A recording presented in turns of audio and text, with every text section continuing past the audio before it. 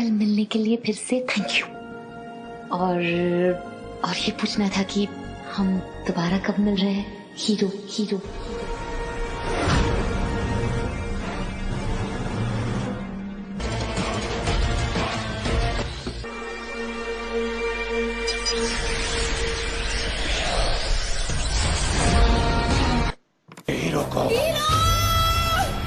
Hero की entry मतलब villain का आना। ये क्या? चांद की रोशनी से मैं दिख रहा हूँ। ये मेरे नहीं तेरे अंत की शुरुआत है हीरो।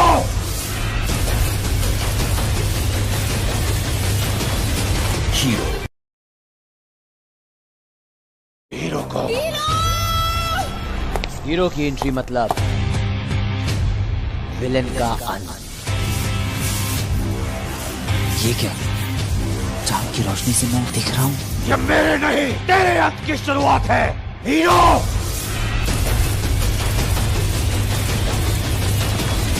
हीरो गायब मोड। जब अपनों पे खतरा मंडराएगा, ब्रीफकेस दो। तब हीरो एक्शन में आएगा। क्या वो जमाएगा इम्प्रेशन या पासा उल्टा पड़ जाएगा? हीरो गायब मोड ऑन, सोमवार से शुक्रवार रात 8 बजे सोनी सब पर। आखिरकार वो घड़ी आई गई जब मैं उस हीरो को मिलूंगा। वो नादान लड़की सारा की वजह से मेरे जंगल में होगा आज।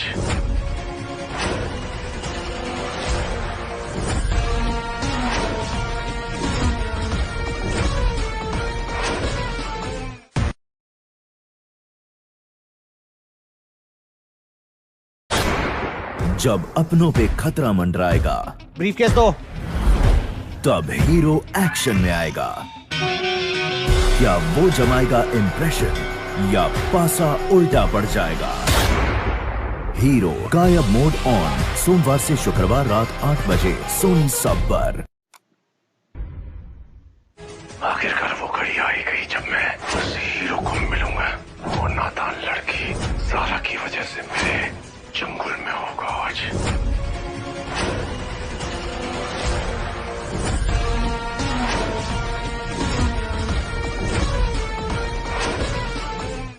हीरो को हीरो की एंट्री मतलब विलेन का आना। ये क्या? चांद की रोशनी से मैं दिख रहा हूँ। ये मेरे नहीं तेरे अंत की शुरुआत है हीरो।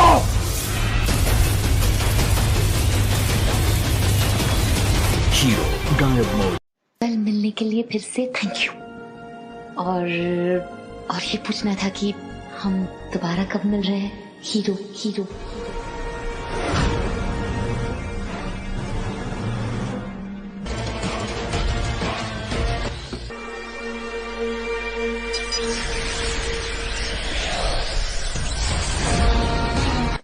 हीरो को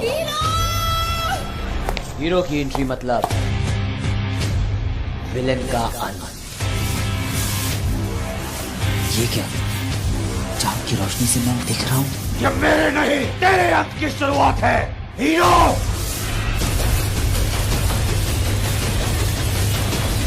हीरो जब अपनों पे खतरा मंडराएगा, ब्रीफकेस दो। तब हीरो एक्शन में आएगा। क्या वो जमाएगा इम्प्रेशन या पासा उल्टा पड़ जाएगा? हीरो गायब मोड ऑन, सोमवार से शुक्रवार रात 8 बजे सोनी सब पर।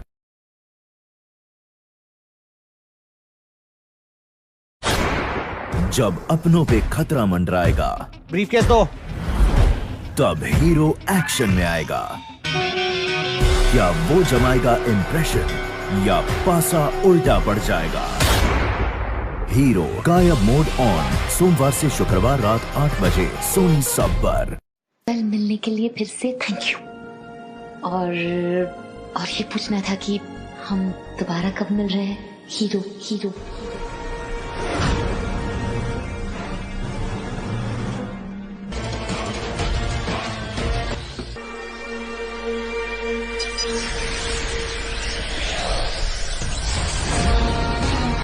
हीरो को हीरो की एंट्री मतलब विलेन का आना। ये क्या? चांद की रोशनी से मैं दिख रहा हूँ। ये मेरे नहीं तेरे अंत की शुरुआत है हीरो।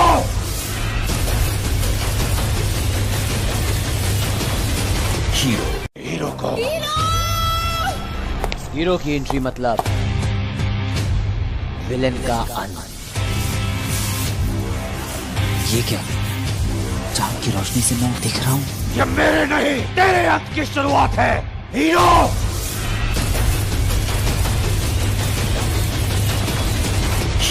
गायब मोड।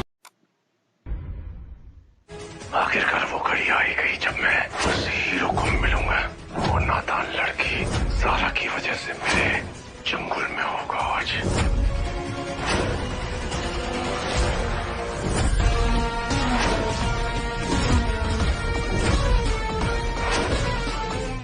हीरो को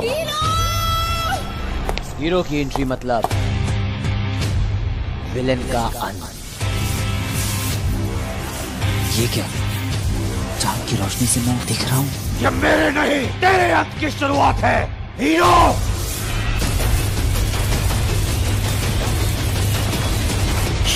गायब मोड। जब अपनों पे खतरा मंडराएगा ब्रीफकेस दो। तब हीरो एक्शन में आएगा। क्या वो जमाएगा इंप्रेशन या पासा उल्टा पड़ जाएगा? हीरो गायब मोड ऑन, सोमवार से शुक्रवार रात 8 बजे सोनी सब पर। कल मिलने के लिए फिर से थैंक यू। और ये पूछना था कि हम दोबारा कब मिल रहे हैं हीरो हीरो।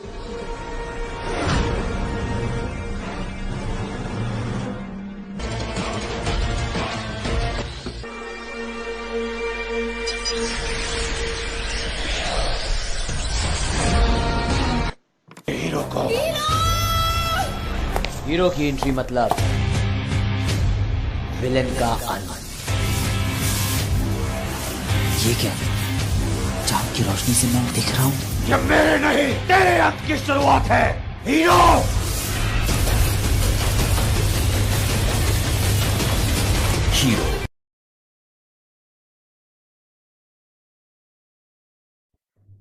वो है हमारा दूसरी पोएम हम लेके आए हैं, द ट्रू ब्यूटी, जो थॉमस कैरी ने लिखी है। तो शुरुआत करने से पहले जो हमारे नए व्यूअर हैं जिन्होंने हमारे चैनल को सब्सक्राइब नहीं किया है, वे हमसे जुड़ने के लिए चैनल को सब्सक्राइब करें और बेल आइकन को हिट करें ताकि जो भी हमारे और नई वीडियो आए उसका नोटिफिकेशन आपको समय समय से मिले और आपके पास नई वीडियो हमारी पहले पहुंचे। तो चलिए शुरुआत करते हैं नई पोएम की, द ट्रू ब्यूटी यानी सच्ची सुंदरता। थॉमस कैरी ने ये लिखा है, उनके द्वारा कंपोज्ड है। ये इस पोएम में कवि चर्चा करता है दो प्रकार की सुंदरता, दो प्रकार की ब्यूटी के बारे में। एक होती है फिजिकल ब्यूटी, शारीरिक सुंदरता, एक होती है स्पिरिचुअल ब्यूटी, आध्यात्मिक सुंदरता। तो इसमें कवि कहता है कि जो फिजिकल ब्यूटी होती है वो समय जैसे ही गुजरता है तो फिजिकल अट्रैक्शन खत्म हो जाता है, फिजिकल ब्यूटी वेस्ट हो जाती है, खत्म हो जाती है, नष्ट हो जाती है। लेकिन जो एक स्पिरिचुअल ब्यूटी है, आध्यात्मिक सुंदरता है, वो कभी नष्ट नहीं होती, चाहे समय कितना भी हो जाए, वो एवर लास्टिंग है, इमॉर्टल है, अमर है। तो चलिए आपको बताएं पहले तो ये जो ये पोएम है द ट्रू ब्यूटी, ये एक फेमस लिरिक है। लिरिक मतलब एक गीत है। ही दैट लव्स अ रोजी चीक, कवि कहते हैं कि जो वह व्यक्ति, ही मतलब वह, दैट जो, लव्स अ रोजी चीक, जो गुलाबी, रोजी मतलब गुलाबी, गाल को जो प्रेम करता है, और a coral lip admire, coral mean एक मूंगा होता है, एक मूंगा नाम का एक रत्न है जो लाल कलर का होता है। कोरल लिप एडमायर यानी ओंठों की जो उपमा है इधर, ओंठों को कोरल जैसे कलर का, कोरल यानी मूंगा होता है उसके कलर का बताया गया है। यानी कोरल जैसे लाल लाल ओंठों की प्रशंसा करता है, एडमायर मीन प्रशंसा करना। और अथवा from star like eyes doth सीख, और फ्रॉम स्टार लाइक आईज यानी तारों जैसी आंखों से सीख यानी खोजता है, fuel to maintain his fires, fuel ईंधन, टू मेंटेन बरकरार रखने के लिए हिज फायर्स हिज फायर्स कहने का कवि का इधर अर्थ है अपने प्रेम की अग्नि को बरकरार रखने के लिए जो गुलाबी गालों की प्रशंसा करता है, कोरल जैसे ओंठों की गुलाबी गालों को प्रेम करता है, कोरल जैसे ओंठों की प्रशंसा करता है, तारों जैसी आंखों से ईंधन खोजता है अपने प्रेम की अग्नि को बरकरार रखने के लिए। ऐसा प्रेमी जो शारीरिक इस प्रकार के शारीरिक सौंदर्य को प्रेम करता है। As old time makes, old time कहने का मतलब है जैसे ही समय पास होता है, समय गुजरता है, समय आगे जाता है, तो दीज डिकेड यानी जो भी ये सौंदर्य है, चाहे वो रोजी चीक हो, चाहे वो कोरल लिप हो, चाहे तारों जैसी आंखें हो, जितना भी ये शारीरिक सौंदर्य है, ये समय आने पर, समय के पास होने पर नष्ट हो जाता है। तो ऐसा प्रेमी जो अपनी प्रेमिका में ये सब खोजता है, उसके गुलाबी गालों को प्रेम करता है, उसके कोरल जैसे लाल ओंठों को की प्रशंसा करता है और उसकी तारों जैसी आंखों से अपने प्रेम की अग्नि को निरंतर बनाए रखने के लिए, यानी अपने प्रेम को बनाए रखने के लिए उससे ईंधन खोजता है, मसाला खोजता है। ऐसे प्रेमी की हिज फ्लेम्स यानी उसके प्रेम की लपटें, फ्लेम्स मीन लपटें, यानी उसका प्रेम जो उसकी प्रेम की अग्नि है, मस्ट वेस्ट अवे, अवश्य नष्ट हो जाएगी, एक दिन नष्ट हो जाती है। तो आगे देखते हैं अब। बट लेकिन अभी लेखक ने इस फिजिकल ब्यूटी के बारे में बताया कि फिजिकल ब्यूटी के नष्ट होने पर प्रेम भी नष्ट हो जाता है, वो प्रेम नहीं रहता जो फिजिकल अट्रैक्शन पर बेस्ड होता है।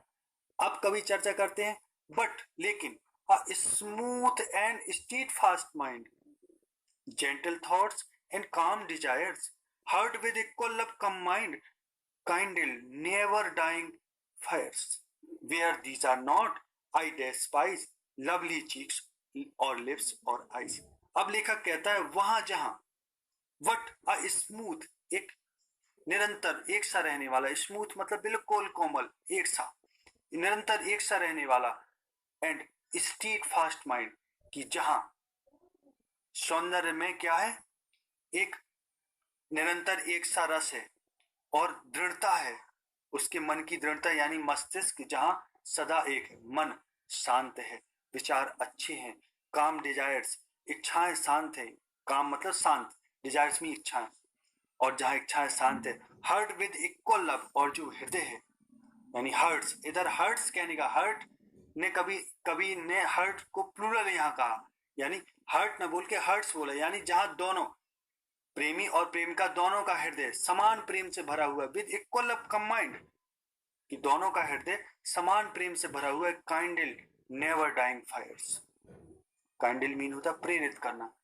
वहां जिनके हृदय में, जिनके पास एक सदा एक सा रहने वाला और दृढ़ मस्तिष्क है, अच्छे विचार है, जेंटल थॉट्स हैं, शांत इच्छाएं हैं, जिनका हृदय समान प्रेम से भरा हुआ है, जहां ये सारी चीजें हैं तो ये सारी चीजें प्रेरित करती है, काइंडल प्रेरित करती है नेवर डाइंग फायर्स, कभी ना बुझने वाली प्रेम की अग्नि को, यानी जहां भी ये आध्यात्मिक सौंदर्य है इस प्रकार का, वहां प्रेम की अग्नि कभी भी नष्ट नहीं होती। वेयर दीज आर नॉट, कभी कहते हैं वेयर दीज आर नॉट, जहां ये सारी चीजें नहीं होती, आई डेस्पाइस मैं घृणा करता हूं, मैं विरोध करता हूं, लवली चीक्स उन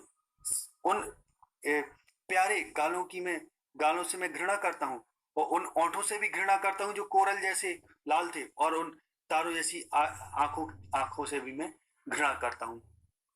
अर्थात कभी हर प्रकार से फिजिकल ब्यूटी को नकार रहा है और स्पिरिचुअल ब्यूटी को एक्सेप्ट कर रहा है, उसको ये कहने की कोशिश कर रहा है कभी कि जो आध्यात्मिक सुंदरता है, अच्छा मन, अच्छे विचार, इच्छाएं शांत, प्रेम से भरा हुआ हृदय, तो अगर यहाँ जहां भी ये सारी चीजें हैं तो वो हमेशा वो हृदय सदा ही कभी भी उसके हृदय में प्रेम की अग्नि नहीं बुझेगी, जिसके पास भी ये सौंदर्य है, आध्यात्मिक सौंदर्य।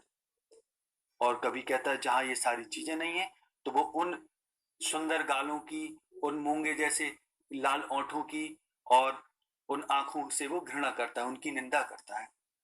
तो इस प्रकार से ये पोएम समाप्त होती है। आशा है कि आपको हमारा वीडियो बहुत पसंद आया होगा, तो निरंतर हमसे जुड़े रहें, हमारे वीडियो को अधिक से अधिक लाइक करें, अधिक से अधिक शेयर करें, अपने वैल्यूएबल कमेंट देना ना भूलें और भी हमसे आगे जुड़े रहें। जय हिंद, जय भारत। वो है एक नई पोयम लेकर आए हुए हैं आपके लिए 12th क्लास के अंतर्गत। ये 5वीं पोयम है आ लेमेंट, एक विलाप या ये कहें एक महान दुख। ये पीवी शैली द्वारा कंपोज की हुई पोयम है। तो पोयम शुरू करने से पहले मैं निवेदन करूंगा कि जो हमारे नए व्यूअर हैं जिन्होंने हमारे चैनल को सब्सक्राइब नहीं किया है, पहले तो वे हमारे चैनल को सब्सक्राइब करें और बेल आइकन को भी साथ में हिट करें, जिससे कि और भी जो हम वीडियो दें वो आप तक सबसे पहले पहुंचे। हाँ, तो सीधा इसकी थीम पर आते हैं हम। इसकी जो थीम है, जो कवि है पीवी शैली, वो लगभग वैसे तो ये 1821 में कंपोज की हुई पोयम है। उस समय लेखक जो होता है, जो कवि है, वो 28 की एज पर होता है और इसको ये उस समय एहसास हो जाता है कि अब ये इस संसार में और ज़्यादा नहीं रहेगा। तो और ये अपने आप को इनकैपेबल पाता है जीवन के और आनंद भोगने में, या ये कहें कि और ज़्यादा ये सोचता है कि अब मेरे लिए संसार में और आनंद भोगने को नहीं बचा। तो अपनी इस निराशा को, एक टाइप से जीवन से निराश होकर, ये उस निराशा को कवि बहुत अच्छी पंक्तिबद्ध तरीके से, बड़े एक बहुत अच्छे मूड में, ये कहें कि बहुत अच्छे तरीके से इस पोयम को फिर लिखते हैं और बहुत बेहतरीन पोयम है। चलो तो देखते हैं पोयम में है क्या एक्चुअली में, लेखक ने किस चीज पर विलाप किया है, किस चीज पर लेमेंट किया है, देखते हैं।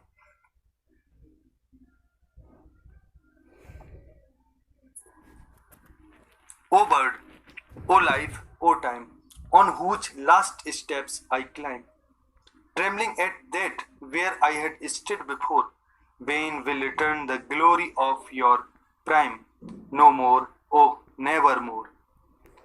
कवि कहता है, हे संसार, ओ बर्ड, हे संसार, हे जीवन, हे टाइम, ओ bird, O life, O time, यानी हे संसार, हे जीवन, हे समय, ऑन हुज लास्ट स्टेप्स, कि जिनके अंतिम चरण में यानी स्टेप्स पर आई क्लाइम, में चढ़ता हूं या मैं चढ़ा हुआ हूं। कि लेखक कहता है कि जहां हे संसार, हे जीवन और हे समय, कि जिन पर मैं आज जिनके अंतिम चरण पर हूं, यानी जहां जिसकी अंतिम स्टेज पर यानी अंतिम सीढ़ियों पर मैं चढ़ा हुआ हूं।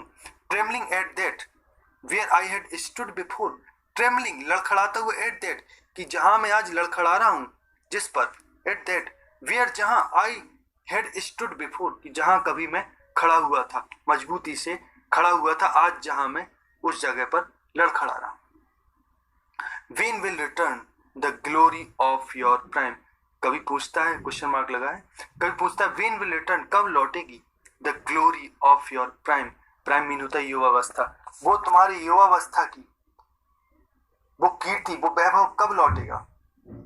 नो मोर, और नहीं, ओह अरे, नेवर मोर, कभी नहीं। लेखक कहता है कभी नहीं, अब कभी नहीं और कभी नहीं। तो इस तरीके से इन लाइनों में कवि ने दुख व्यक्त किया है। कवि संसार और जीवन और समय को संबोधित करते हुए कहता है कि जिसकी अंतिम सीढ़ियों पर मैं आज चढ़ा हुआ हूँ या खड़ा हुआ हूँ, वहाँ कभी आज मैं वहाँ खड़े होकर लड़खड़ा रहा हूँ, और कभी एक समय था जब मैं वहाँ मजबूती से खड़ा हुआ था। तो दुख व्यक्त करता है, कहता है कि वो अब मेरी युवावस्था कब लौटेगी। तो कहता है कभी नहीं लौटेगी, कभी नहीं, नो मोर, ओ नेवर मोर। आगे देखते हैं। Out of the day and night a joy has taken flight, fresh spring and summer and winter hoar, move my faint heart with grief but with delight, no more, O never more. कभी कहता है out of the day and night, कि दिन रात में से, out mean होता है में से, out of the day and night, कि दिन रात में से, अ जॉय हैज टेकन फ्लाइट, कि एक आनंद यानी जो एक खुशी है वो फ्लाइट ले ली उसने, यानी मेरी दिन रात में से आनंद ने फ्लाइट ले ली, अर्थात आनंद उड़ गया। अब वो आनंद नहीं रहा मेरे दिन और रात में से। अ फ्रेश स्प्रिंग, फ्रेश स्प्रिंग यानी वो ताजा वसंत, वो नया वसंत, एंड समर वो गर्मी, एंड विंटर होर, होर मीन होता है तुषार, यानी वो बर्फीली जो बर्फ होती है उस समय, सर्दियों के समय में जो हल्की हल्की सफेदी आ जाती है मौसम में कह लें, या पत्तियों वगैरह में हल्की हल्की बर्फ चढ़ जाती है, तो विंटर होर वो बर्फीली शीत या शीत ऋतु यानी सर्दी। Move my faint hurt, my faint hurt, फेंट मीन होता है धुंधला या दुखी, लेकिन इधर मतलब है दुखी से, मेरा दुखी हृदय विद ग्रीव, कि मेरा जो मुरझाया हुआ या मेरा जो दुर्बल हृदय है वो मूव हो जाता है, सिरह जाता है, काहे से, विद ग्रीव,